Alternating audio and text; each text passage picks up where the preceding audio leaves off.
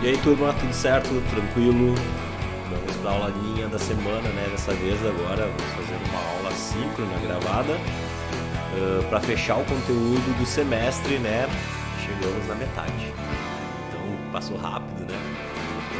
Esse tempo, desde o início de abril ali, que a gente começou até aulas, né? Esse modo síncrono e assíncrono, né? A gente percebe que o conteúdo ele vai aparecendo, ele vai surgindo. E como eu falei para vocês, ele é uma bola de neve, uma coisa depende da outra. Então, as possibilidades que existem, né, dessas aulas remotas é vocês poderem assistir os vídeos novamente, né, repetirem os conceitos. Então é isso que eu sempre espero quando vocês têm muitas dúvidas, né, que vocês retornem e procurem os vídeos novamente, façam as atividades e consigam, de alguma forma, né, compreender os conceitos. Hoje a gente chega então num ponto, né, muito importante da disciplina, que é uma parte de aplicações dos vetores, né? Esse conceito que é basicamente um método matemático de análise de algumas grandezas físicas, né? E que é muito utilizado em diversas aplicações dentro dos fenômenos da natureza, né? Então hoje a gente vai ver, por exemplo, o lançamento de projétil, onde é visual, né, que a gente tem movimento em duas direções. A gente tem tanto movimento na horizontal como movimento vertical do lançamento de um projétil. Então, por isso que a matemática vetorial e os vetores se fazem necessário da gente compreender, para que a gente entenda esse movimento e consiga, então, formalizar, né, os conceitos e fazer previsões, por exemplo, de onde uma bala de canhão vai parar quando eu der um tiro, né? Aonde será que esse rapaz aqui ele vai acertar a cesta arremessando, né, do jeito que ele está arremessando, com este ângulo, com essa velocidade. Então todas essas coisas, a física ela consegue fazer essa previsão, né? Se a gente conhece a matemática, se a gente conhece a formalização, se a gente conhece os dados, a gente consegue prever essas coisas. E é isso que a gente está estudando. E é isso que a gente está avaliando e é isso que eu espero que vocês compreendam, tá, gente? Bom, para continuar o nosso conteúdo da última aula, eu vou realizar aqui um exemplo, tá? Para a gente relembrar algumas coisas, né, de aplicações de vetores, né? Por exemplo, isso aqui é um sistema, dentro daquele pontos O ali, né, onde a gente tem vários vetores puxando em diversas direções. Isso aqui poderia ser, por exemplo, um sistema como se fosse um cabo de guerra, né, onde a intensidade, o tamanho desses vetores indicam a intensidade, né, a intensidade das forças aplicadas. Como a gente está vendo aqui, ó, cada pedacinho desse vale um Nzão. Nzão é uma unidade física relativa à força, que é o Newton, tá? Então, cada quadradinho desse equivale a um Newton. Então, a gente poderia dizer que nós temos um ponto central aqui, onde temos várias pessoas puxando em várias direções. E a gente fazer uma predição para onde vai apontar o vetor resultante, ou seja, para onde esse sistema vai se deslocar, a gente pode fazer fazendo análise vetorial. Como é que a gente faria isso? Muito simples, olha só, gente. Por exemplo, esse vetor Nzão, o vetor Nzão, certo? Ele tem qual intensidade? Ele tem 1, 2, 3, 4, 5, 6, 7 quadradinhos. Então ele tem 7 newtons na direção de x, certo? Porque é a direção que nós indicamos como sendo o sentido dos vetores horizontais. E positivo, né? O vetor m, certo? Ele tem quantos quadradinhos? Vamos ver. 1, 2, 3, 4, 5, 6. 6 quadradinhos na direção de y, certo? Newton, né? Botar a unidade aqui do ladinho. Nós temos o vetor q. O vetor q, então, ele tem 3 quadradinhos na direção de x, mas é 3 quadradinhos negativos. Beleza? Isso aqui Newton também, beleza? E o vetor p, que tem 3 quadradinhos também para baixo, então por isso no sentido negativo, né, na direção de y, newtons. Beleza, então nós temos esses vetores, a gente fez a análise deles. E o que a gente vai fazer, pessoal, para obter o vetor resultante? Para obter o vetor resultante, como a gente viu na última aula, eu posso somar esses vetores. N mais M mais Q mais P, certo? Vamos somar todos os vetores.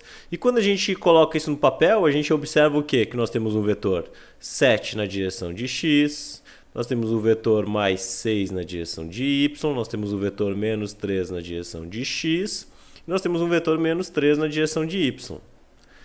É isso que nós temos. Então, meu vetor resultante, lembrando daquela historinha que eu falei na semana passada para vocês, banana com banana, maçã com maçã, a gente só pode somar os termos que são iguais, evitar de fazer a salada de fruta, né? Então, se eu tenho 7 e eu posso somar o 7 com menos 3, isso aqui vai dar 4 na direção de x, certo? Se eu tenho 6 e eu posso somar com esse menos 3, né? Então, isso aqui vai dar mais 3 na direção de y. Então, o vetor resultante, ele tem essa intensidade. É isso que a gente chegou, certo? Essa é a resposta inicial do meu problema. Então, deixa eu apagar aqui para que eu coloque a unidade, tá? Unidade é sempre uma coisa muito importante dentro da física. Vocês percebam que eu sempre me preocupo com ela. E é uma coisa que vocês devem se preocupar sempre na hora de colocar as respostas. Então, percebam que eu tenho um vetor que tem 4 unidades na direção de x e 3 unidades na direção de y. Isso significa, pessoal, que o vetor resultante, usando o método do paralelogramo que a gente aprendeu na semana passada, fazendo retas perpendiculares às suas componentes vetoriais, e onde se encontram essas retas é onde estará o meu vetor resultante, certo? A direção dele. A gente pode então obter a direção e sentido desse vetor, né? Além do módulo. O módulo a gente viu que então seria pegar esse vetor R aqui, deixa eu só botar uma retinha aqui, né, para fazer esse módulo. Isso aqui seria a raiz de 4 ao quadrado mais 3 ao quadrado. Então isso aqui ficaria então o módulo de R igual a 16 mais 9. Isso aqui dá a raiz de 25, né, gente? Raiz de 25, que é 5. Então o módulo do R a gente já descobriu e ele vale 5 unidades. 5 unidades, tá? 5 newtons, na verdade, né? Porque isso aqui já tinha unidade, né? A unidade ali é o newton de força. Então, o módulo do vetor resultante vale 5 unidades. Qual é a direção disso aqui? Como a gente viu na semana passada, né? A gente pode elencar os pontos, as coordenadas geográficas para definir a direção de um vetor. Então, isso aqui seria uma direção nordeste, certo? Então, direção nordeste. Direção nordeste. E o sentido desse vetor, a gente pode dizer que é fazendo o ângulo ali, certo? Para isso eu posso calcular o tangente, o seno e o cosseno, né? Eu vou escolher aqui fazer pela tangente. Então a tangente do ângulo, né, vai ser igual ao cateto oposto. Lembra que eu posso pegar esse vetor aqui e transladar para cá. E esse vetor transladado para cá ele tem 3 unidades. E esse vetor aqui é o cateto oposto, né? Então a tangente é o cateto oposto sobre o cateto adjacente, então isso aqui fica 3/4. A tangente do ângulo, então, vai ser 0, quanto? 3 divididos por 4, 0,75. Então, tangente do ângulo é igual a 0,75. Então, o θ vai ser igual a tangente na menos 1, usando aquele metodologia que eu ensinei para vocês na semana passada. Tangente na menos 1 de 0,75. Então, façam aí comigo, ó, a tangente na menos 1 desse resultado dá 36,86. 36,86 graus. Perfeito. Então, direção nordeste com 36,86 graus em relação ao eixo X. Pronto, nós temos toda a direção e sentido desse vetor ao eixo X. Perfeito. Então, isso aqui é a maneira que nós temos de utilizar a matemática dos vetores para resolver alguns dos problemas de física, né? Como é esse problema aqui que eu tenho de um ponto onde eu tenho várias forças sendo aplicadas, né? Então, essa questão de somar os eixos, apenas os eixos corretos, né, é uma questão que vai permear a gente durante todos os problemas de física que a gente vai conhecer ainda, tá? Percebam que um exemplo que eu posso dar para vocês é um avião, certo? Um avião andando em linha reta, como vocês estão vendo, mas ele está em uma determinada altitude. E este avião, como ele tem uma determinada velocidade horizontal, certo? Uma velocidade no eixo X, ele deixa cair aqui uma bolsa, uma mala, né? Essa mala ela vai começar a cair e vai ser acelerada pela gravidade.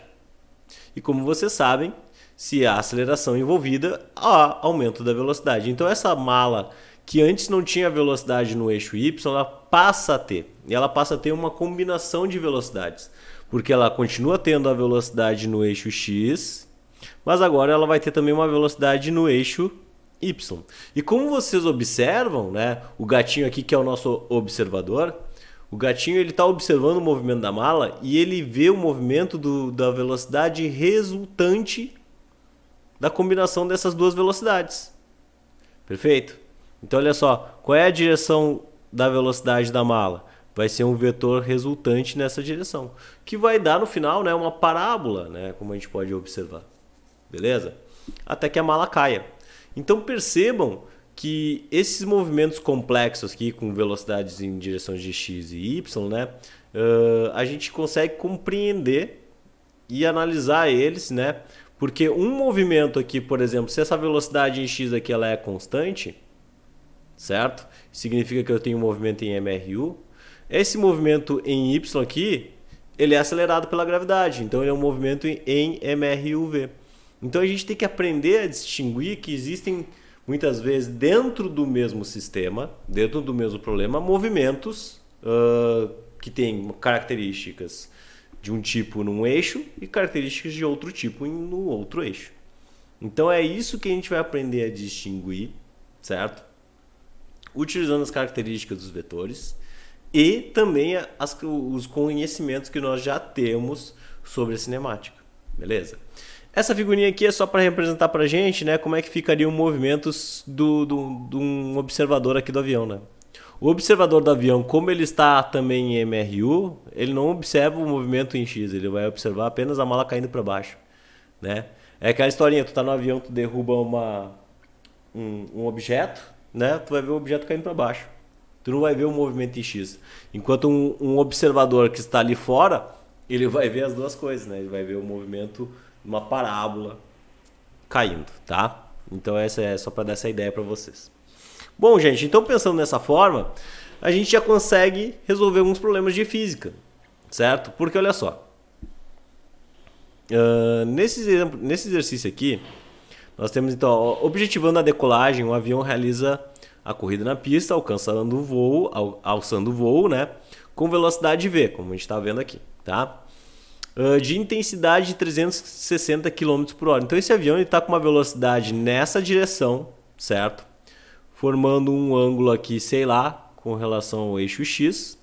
Beleza? Isso aqui já vai ser uma coisa importante para a gente analisar, olha só. Ele está formando um ângulo com relação ao eixo X. Então a gente já sabe que a velocidade desse avião tem componentes no eixo X e componentes no eixo Y. Por quê? Porque ao mesmo tempo que ele vai para frente, ele vai para cima. Então ele tem que ter as duas componentes de velocidade, tá? Que é mantida constante, então essa velocidade é mantida constante ao longo de uma trajetória retilínea e ascendente, como esquematizado a seguir, beleza? O Sol está a pino e a sombra do avião é projetada sobre o solo do plano horizontal, tá? Então olha aqui, nós temos a luz solar, como vocês estão vendo aqui, a luz solar, que está incidindo sobre o avião, formando uma sombra aqui. Essa sombra, a pergunta é, qual a velocidade da sombra? A pergunta do exercício é qual... Não ficou a pergunta aqui. Qual a velocidade da sombra?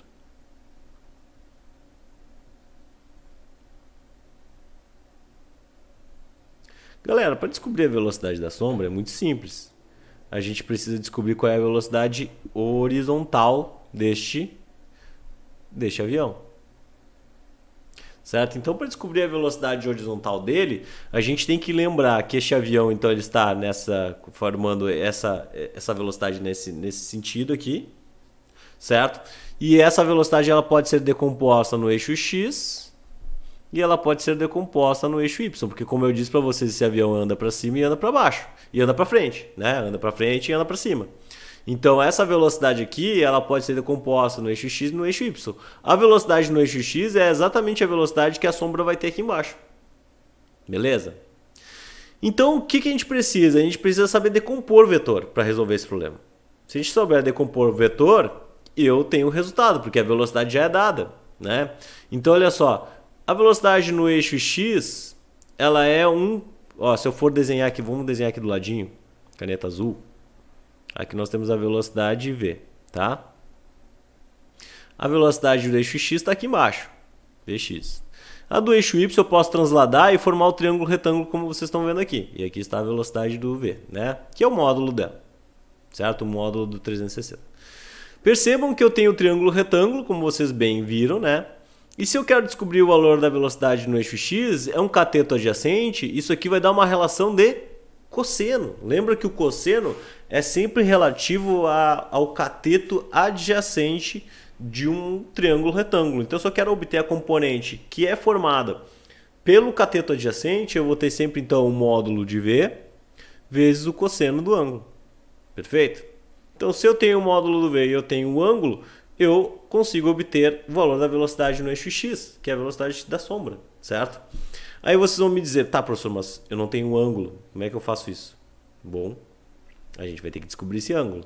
Porque algumas informações são dadas, e aí a gente vai usar alguns artifícios matemáticos aqui, ó, como por exemplo, né, o artifício de semelhança de triângulos, onde o ângulo que eu tenho aqui formado do início quando o avião levanta voo, certo? O avião levantou voo, que ele formou um ângulo, esse ângulo não se modifica, né? A menos que ele incline mais. Mas aqui no exercício ele diz que ele não inclina mais, né? Então é uma trajetória retilínea, como a gente está observando aqui. Logo, esse ângulo que nós temos aqui embaixo é igual a esse ângulo aqui. E este ângulo eu tenho aqui ó, alguns parâmetros para poder calcular. Porque eu tenho aquele triângulo ali embaixo, ó, 40 e 30. 40 metros aqui, 30 metros aqui. Certo? Então eu posso achar este ângulo através da tangente. Então é isso que eu vou fazer, olha só. Vou apagar aqui. E vou escrever assim, ó. Que a tangente do ângulo ela é igual ao cateto oposto sobre o cateto adjacente. 30 sobre 40, 3 por 4. Então a tangente do ângulo vai ser 0,75 de novo. É, né? 0,75. Que vai dar os 36,86, né? Então o ângulo vai ser a tangente na menos 1 de 0,75, que vai dar os 36,86, né? 36,86 graus. É o ângulo que parece sempre nesse aqui. Então, o que eu preciso para descobrir a componente x da velocidade? Eu preciso, para descobrir essa componente, fazer então o módulo, que é os 360, vezes o cosseno de 36,86 graus. Beleza? Desta forma, eu vou obter a componente Vx da velocidade, 36,86, vezes cosseno de... 360, na verdade, aqui, ó, 360 vezes o cosseno de 36,86. Isso aqui dá 288 km por hora. Então percebam que a velocidade da sombra é menor que a velocidade do avião, certo? Porque é a componente x que dá essa velocidade no eixo x, como a gente observa. A velocidade no eixo y eu teria que então fazer a relação para aquele VY, né? Que seria uma relação de seno. Então vocês poderiam ver qual é a velocidade vertical, qual é a velocidade com que o avião ganha altitude nesse movimento, tá? Bom, beleza, galera. Que mais de problemas de física pode aparecer envolvendo vetores, né? O barco. A questãozinha é típica do barco. Então nós temos um barco motorizado que desce o rio, deslocando-se do ponto A ao ponto B, como vocês estão vendo ali. Distante 36 km em 0,9 horas, tá? Em 0,9 horas. Em seguida, esse mesmo barco sobe o rio, deslocando-se do B para A em 1,2 horas. Sendo VB a intensidade da velocidade do barco em relação às águas e VC a intensidade das águas em relação às margens, calcule VB e VC.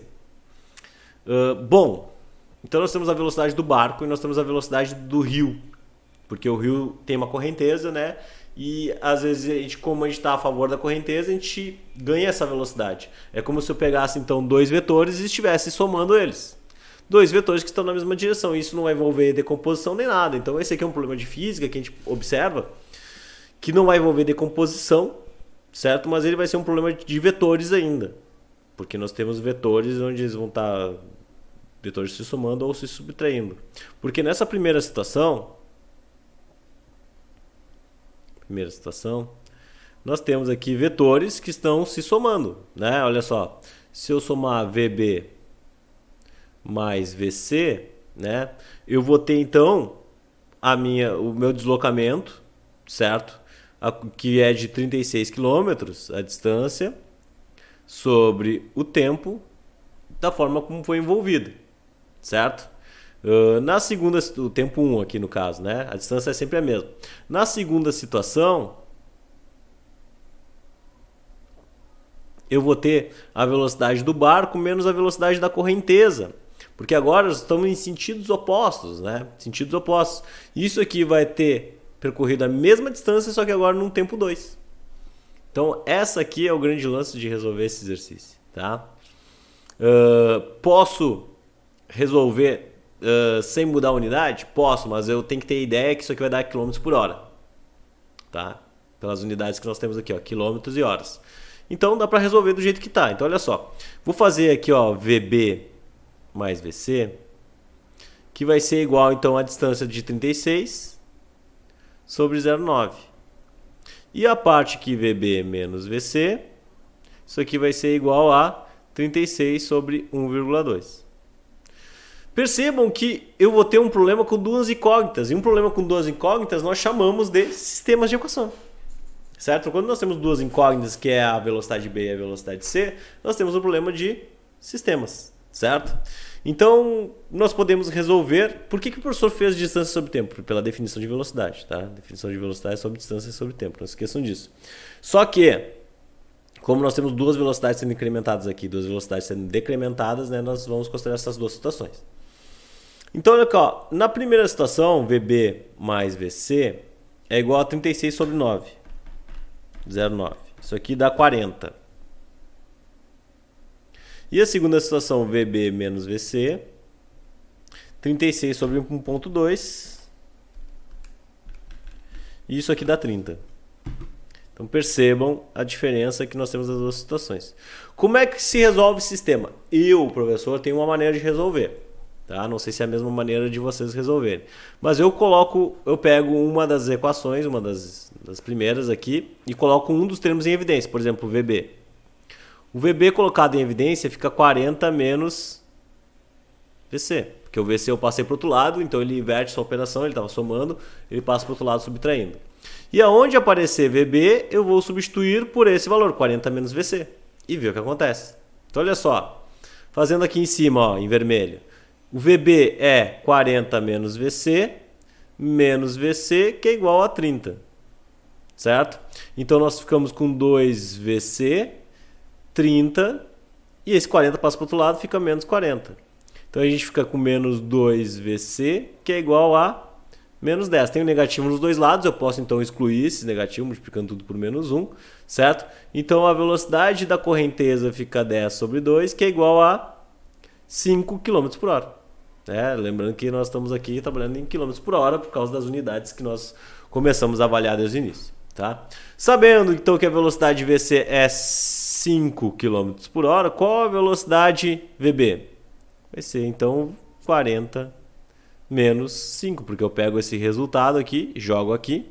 Então a velocidade do barco vai ser 35 km por hora. Tá? Então essa é a resposta do VB e a resposta do VC é os 5 km por hora, como vocês estão vendo aqui. Certo? Então, resolvido o problema, percebam que nesse problema é um problema de vetores, certo? Que envolve direções e sentidos, mas que eu não preciso fazer decomposição nem nada, tá bom? Bom, beleza, galera. Dito isso, vamos para a cereja do bolo. A cereja do bolo é um movimento, o lançamento oblíquo. É o lançamento de projéteis, tá? Quando a gente vai fazer um lançamento de projéteis, por exemplo, esse rapaz aí chutando a bola, ele vai aplicar uma velocidade inicial nessa bola e esse chute dele ele faz com um ângulo com relação à horizontal porque ele não quer que a bola saia rasteira. Se ele não aplica essa angulação na velocidade, no chute dele, a bola sai em linha reta, sai rasteira. Ela não terá a componente vertical do movimento. Mas quando tu põe um ângulo nesse chute, um ângulo na velocidade da bola em relação ao eixo X, nós teremos um movimento que é esse movimento aí de lançamento oblíquo, né? Esse movimento que parece uma parábola, certo? Paraboloide. E como vocês observam aqui nessa figurinha, certo? Devido a esse movimento dessas duas componentes, certo? Nós teremos uma velocidade no eixo X e uma velocidade no eixo Y deste lançamento, tá? Qual é o grande lance, galera? O grande lance é o seguinte: como este movimento aqui no eixo X, certo? Aí é a primeira consideração. Nós temos que fazer uma consideração. Não há resistência do ar. E galerinha, quando não temos resistência do ar, o ar não resiste, não há forças de atrito envolvendo a bola. E sem as forças de atrito, nós não temos essa bola sendo desacelerada. Beleza? Então a bola, quando a gente diz que não há resistência do ar, não há desaceleração da bola. A bola, então, ela não pararia, por assim dizer. Só que este movimento é um movimento complexo, certo? Ele é um movimento em X e Y. Se não há resistência do ar, não há desaceleração, não há força de atrito, esse movimento horizontal que a gente está observando aqui, essa velocidade no eixo X, é uma velocidade que será constante. E se nós temos uma velocidade constante no eixo X, nós temos um movimento em MRU nesse eixo. E aí que começa o grande lance, porque agora a gente já está vendo que no eixo X dos movimentos, nós temos que a posição da bola ela vai ser dada por uma equação do tipo S0x mais velocidade no eixo X vezes tempo. Beleza? Ok, né? Porque isso aqui é uma equação de MRU. Então, se eu quiser descobrir aonde a bola irá parar, eu preciso, no eixo horizontal, na direção horizontal, eu preciso usar uma equação de MRU. Tranquilo? Porém, se eu vou analisar a equação no eixo Y, analisar a velocidade que nós temos aqui, ó, na direção de Y, a coisa já muda. Porque a gente está dizendo que não há resistência do ar. Mas existe uma outra coisa no meio vertical, que é a gravidade, a gente já estudou ela. E a gravidade, quando a bola está subindo, ela exerce uma força de desaceleração. Ela desacelera a bola, por causa da existência dessa força da gravidade. Então a bola ela é desacelerada verticalmente para cima, quando chega no ponto mais alto ela é acelerada para baixo. Então isso quer dizer que essa velocidade no eixo Y aqui é uma velocidade que modifica-se. É uma velocidade que se modifica. Ela modifica-se, tá? E se ela modifica-se, nós temos então um movimento retilíneo uniformemente variado.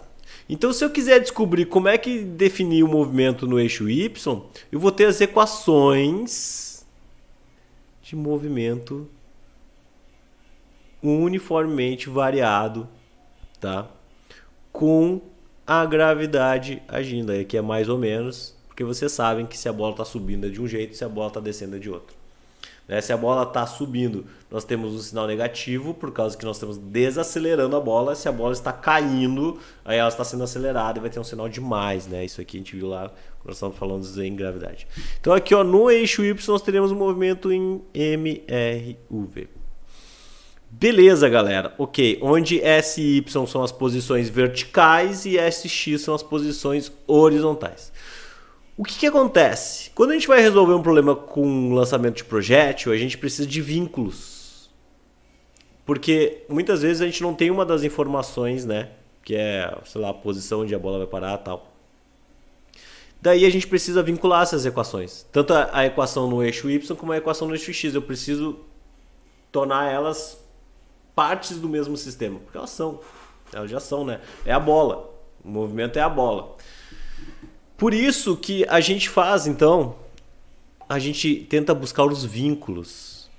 E o vínculo nessas equações, os vínculos, né? Vou botar aqui que é um vínculo só, né? É o tempo. O tempo é igual o tempo transcorrido para o movimento em X e para o movimento em Y é sempre igual. Passou 5 segundos durante o movimento em Y, vai passar 5 segundos no movimento em X. A bola caiu no chão em 10 segundos, bom, então a bola ela para no movimento em X também em 10 segundos. Porque ela caiu, bateu no chão, né?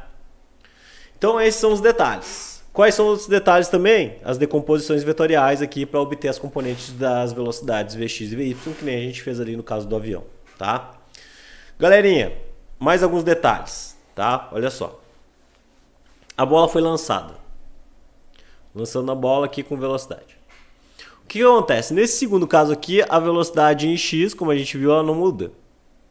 Mas nós temos uma velocidade em y, porque ela foi lançada para cima. No próximo etapa, a velocidade em x não muda. Tá aqui. Porém, a velocidade em y se diminui. Por que ela diminui? Porque nós temos uma bendita de uma desaceleração causada pela gravidade. Então percebam que a velocidade em y ela vai se modificando, como a gente já tinha visto. Até que chega no ponto mais alto. Aqui, ó, o ponto mais alto. No ponto mais alto, a velocidade em x segue igual, porém agora a velocidade em y é igual a zero. E isso é uma coisa que às vezes é muito importante para nós. Porque se a gente sabe que no ponto mais alto a velocidade em y é igual a zero, isso aqui às vezes facilita muito meus problemas. Porque o tempo de subida, a gente sabe que é o mesmo tempo de queda. Tempo de subida é igual ao tempo de queda. Perfeito, galera? Então, sabendo disso, galerinha, a gente muitas vezes consegue resolver problemas por essas condições, por essas lógicas aí que a gente está vendo. O que acontece aqui? Ó, a velocidade em x não muda, segue igual, e a velocidade em y aqui está aumentando agora, vertical e para baixo, devido à ação da gravidade. Velocidade em x aqui não se modifica, e a velocidade em y cada vez maior, devido à ação da gravidade. Certo? Então percebam que os vetorzinhos de velocidade em x não se modificam porque é um MRU, porém no eixo, as velocidades no eixo y se modificam.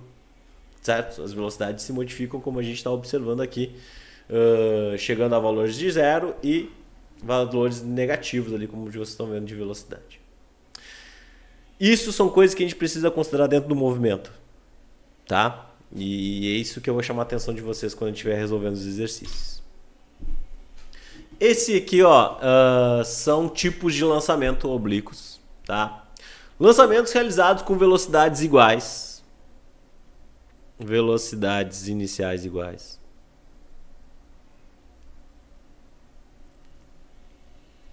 Iniciais iguais. E o que a gente percebe quando eu faço esses lançamentos com velocidades iguais? A altura máxima e o alcance máximo, eles dependem do ângulo que eu vou estabelecer. Então, por exemplo, se eu sei que um canhão, ele sempre vai arremessar balas com a mesma velocidade, porque isso é da construção do material, né, da quantidade de pólvora que eu coloco lá, eu consigo saber aonde eu vou atingir o meu alvo, dependendo da angulação que eu estabelecer. Percebam que o ângulo de 45 graus é o ângulo de alcance máximo. Alcance máximo. E o ângulo aqui de 75 é um dos ângulos de maior altura que a gente consegue chegar. Certo? Assim como de 15 aqui a 15 graus, seria 15,75 se equivale em termos de alcance horizontal, né? Então, percebam, se eu quero o alcance máximo, a máxima distância que um canhão pode arremessar balas, eu preciso colocar ele em 45 graus. Certo? Isso aí é uma relação de vetores. As relações de seno e cosseno me ajudam a me explicar isso aí. Tranquilinho, galera? Então, esses são os detalhes para resolver problemas de lançamento de projétil. O que a gente vai fazer agora? Vamos resolver um problema, né? Vamos resolver um exercício. Não sei se é pouco espaço aqui para mim resolver, mas vamos tentar, tá? Gente, olha só. Nesse exercício diz assim, ó, os Jogos Olímpicos estão aí, né? Vai começar, acho que semana que vem, né? Acho que até esse final de semana aí já é Já teremos as aberturas, né? Então a gente vai ter que... teremos aí então um pouquinho do nosso recesso podendo ver Jogos Olímpicos, né? Vai ser bem legal. E um desses jogos aí é o lançamento de dardo, né? O atletismo. Diz assim, ó, nos Jogos Olímpicos o atleta lança dardo com velocidade de 30 metros por segundo, formando um ângulo de 45 com relação horizontal. Porque é óbvio, né? Se o cara é um atleta e ele quer alcance máximo, ele tem que lançar 45 graus. Se ele lançar mais do que isso, ele tá ferrado, porque ele já não vai ter o alcance máximo dele. Então o atleta tem que sempre treinar para buscar arremessar 45 graus.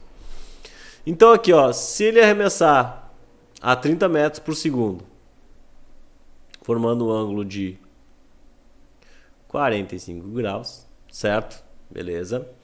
Desprezando o atrito do ar e o G valendo 10. O G aqui vale 10 metros por segundo ao quadrado, tá? Seno e cosseno, seno de 45 e cosseno de 45 são valores idênticos, vocês podem testar isso na calculadora de vocês, fazer o seno de 45 e o cosseno de 45 sempre dá 0,7, tá? Ele pergunta qual é o módulo da velocidade do dardo no instante igual a t igual a 2 segundos. Bom, o que a gente vai ter que fazer aqui para resolver esse problema? Vamos dar uma olhadinha, olha só.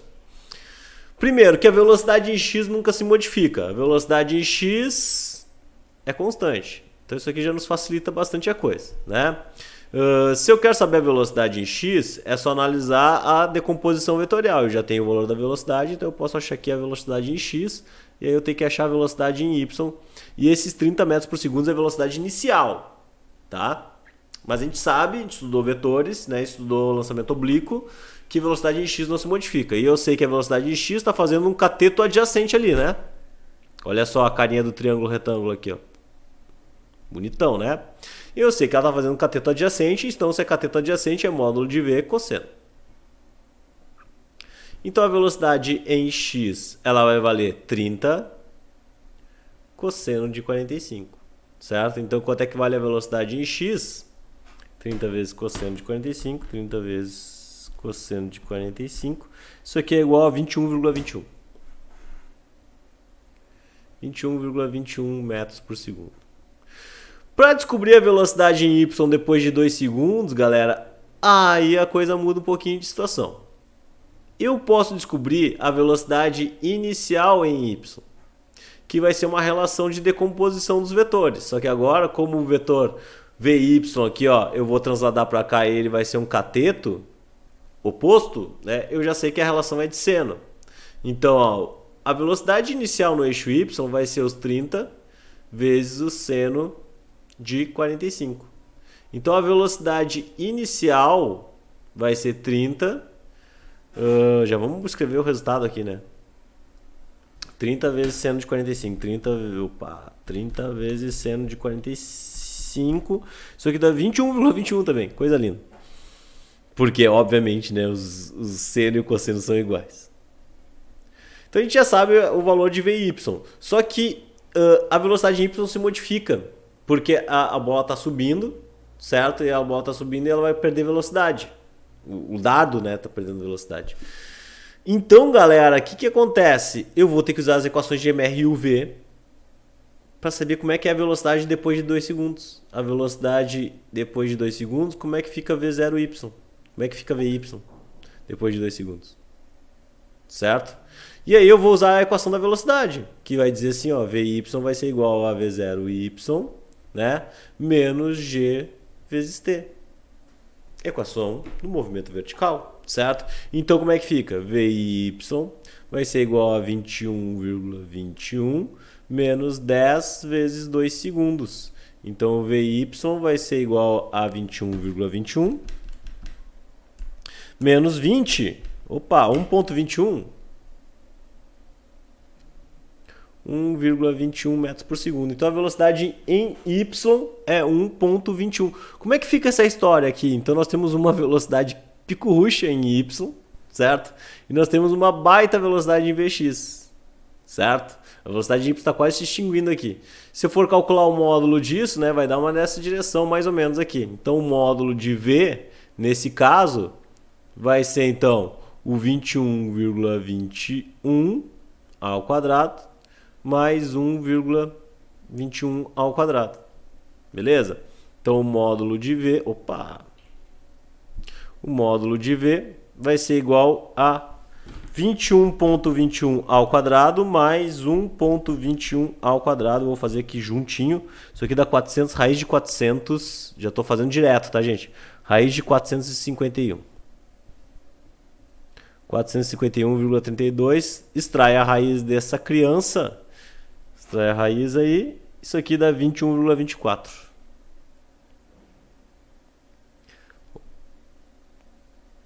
Agora eu estou achando um pouco estranho esse meu resultado aqui. Deixa eu melhorar ele aqui.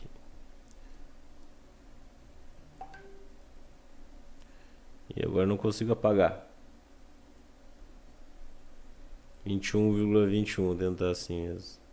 21,21 ao quadrado, 451, vamos ver aqui de novo, aqui, ó, de 21,21 ao quadrado, mais 1,21 ao quadrado. Raiz do resultado 21,24, é isso aí. Então agora a velocidade vale 21,24 metros por segundo, ou seja, a velocidade que antes tinha módulo de 30 metros por segundo, agora ela tem módulo 21,24 metros por segundo. Diminui a velocidade porque a componente y foi perdida. A velocidade no eixo x continua igual. E aí ele pergunta qual é a posição do dardo no instante igual a t igual a 2 segundos. Galera, considerando que saiu do ponto zero, aqui, certo? Como é que fica a posição? A posição em x. Eu vou usar a equação do MRU. Ó, 0 mais Vx vezes t. Então, se S é igual a 0, qual é a velocidade aqui, ó, no eixo x que não muda? 21,21 vezes 2 segundos. Então, a posição em S vai ser igual a 21,21 vezes 2, 42,42 metros. Então, esse atleta aqui, depois de 2 segundos, aqui, a posição é igual a 42,42 metros. Eu ainda poderia dizer, estipular para vocês aqui, né? Quanto tempo levou para esse dardo chegar na altura máxima e estipular essa altura máxima também, né? Para isso eu poderia utilizar então as equações de Torricelli para o movimento em y, por exemplo, né? Para determinar a altura máxima que ele atingiu após o lançamento do dardo. Como é que eu faria isso? Ó, primeiro, isso aqui é um movimento em y, então eu tenho que usar as equações para a velocidade em y. E aí a velocidade final ao quadrado, velocidade em y ao quadrado, menos 2 vezes, né, g vezes delta s. Perfeito? O que acontece? Esse cara aqui é zero porque na altura máxima a velocidade é zero. Isso aqui, então, fica 0, 21,21 ao quadrado, menos 2 vezes 10 vezes a altura máxima. Então, qual é a altura máxima desse dardo? Eu vou fazer direto aqui porque eu estou com sem espaço, tá, gente? Mas vocês podem fazer com passo a passo até para confirmar esse resultado. 21,21 ao quadrado divididos por 20, né? Isso aqui fica 22,5 metros de altura.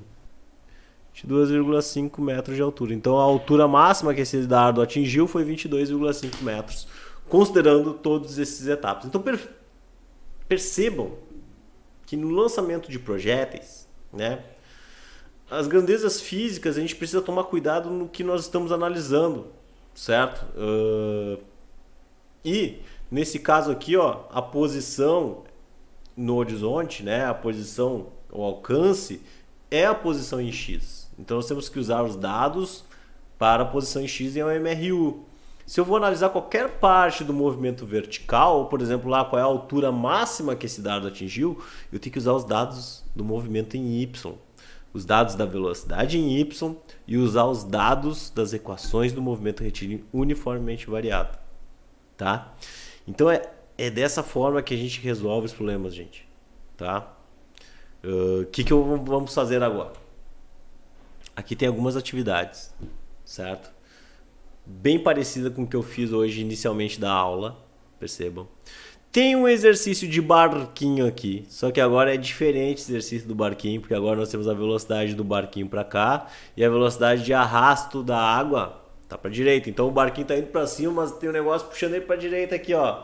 Então ele tá se deslocando, né? E vai dar aquela velocidade resultante, como vocês estão vendo ali. E temos mais alguns exercícios de lançamento de projétil aqui, tá? Beleza? Esse aqui é um exercício que vai cair. Nós teremos aqui o objeto com uma velocidade em x, que vai ter um valor, mas ele não terá velocidade em y inicial. Ele vai ganhar velocidade em y por causa do g. Mas a velocidade em y dele não tem, porque ele está parado ali, ele não foi arremessado, a bala vai bater nele, vai empurrar e ele vai começar a cair para baixo. Vai cair para baixo por causa da gravidade, mas ele não tinha uma velocidade inicial no eixo Y. Então, para resolver esse exercício aqui, prestem atenção na maneira como vão solucionar, tá? Galera, qualquer coisa eu estou à disposição de vocês. Vou deixar mais uma listinha com alguns exercícios a mais sobre movimento vertical para vocês treinarem, tá? E tirarem dúvidas. Não se esqueçam de perguntar, tá? A avaliação é semana que vem, entrega do vídeo também, então vai ser uma semana bem cheia pra gente, tá? Pra todo mundo, não só pra vocês, pra mim também. Beleza, galera? Vamos se concentrar, fazer todas as atividades, estudar um pouquinho pra finalizar da melhor maneira possível esse semestre aí. Feitoria, então, até uma próxima. Tchau pra vocês.